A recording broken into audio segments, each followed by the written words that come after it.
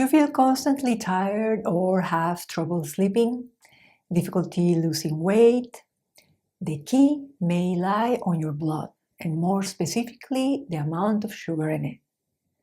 You may have already heard about type 2 diabetes, how bad it is to have prolonged high blood sugar levels, but today I want to hold your attention to understand why we can get this disease in these times easier than we think at increasingly younger ages, the serious consequences, and how to prevent, or even if you already have it, help in the treatment.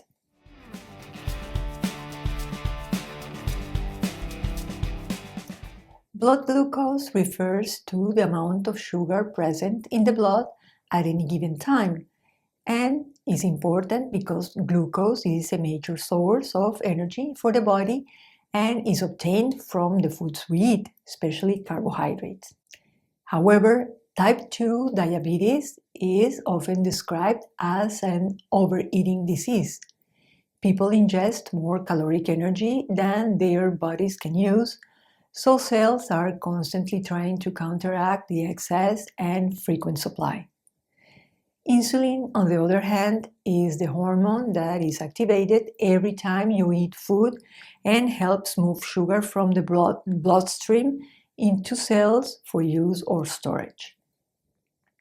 In the early stages of type 2 diabetes, cells become resistant to the insulin signal, making them slow to remove excess sugar from circulation. Although type 2 diabetes is a condition that often develops in adults and can result due to factors such as obesity, also can be due to lack of exercise and unhealthy food choices. One of the consequences of overeating is that your mitochondria, the factory from which your body cells produce energy, become less efficient. The decreased energy producing capacity of the mitochondria leads to the accumulation of harmful byproducts and ultimately sometimes irreparable cellular damage such as heart problems, kidney damage, vision problems, and neuropathy.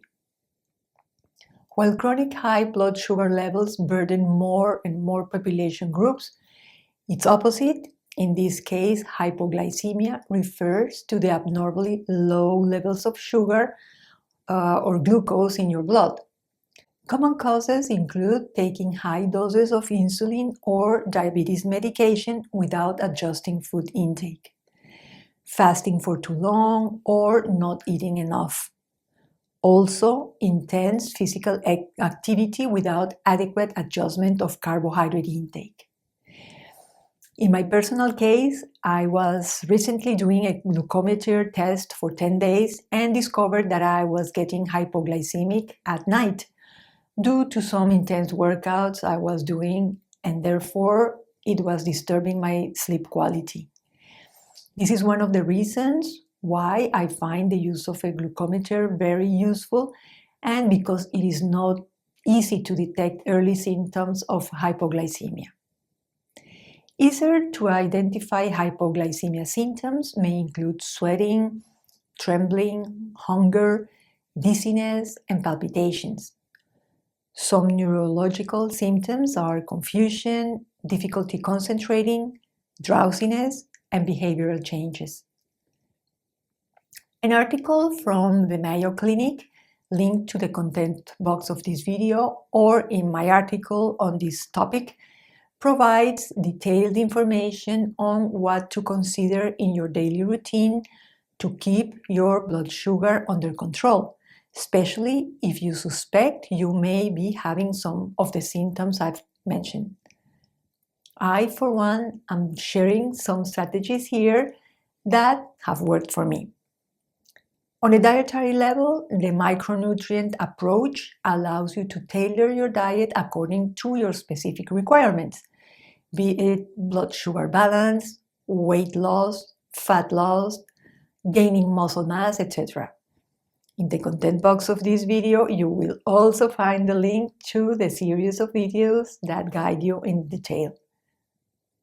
Regular Physical activity has countless benefits, but remember that very intense workouts can lead to hypoglycemia, as happened to me. So training 3 to 5 times a week.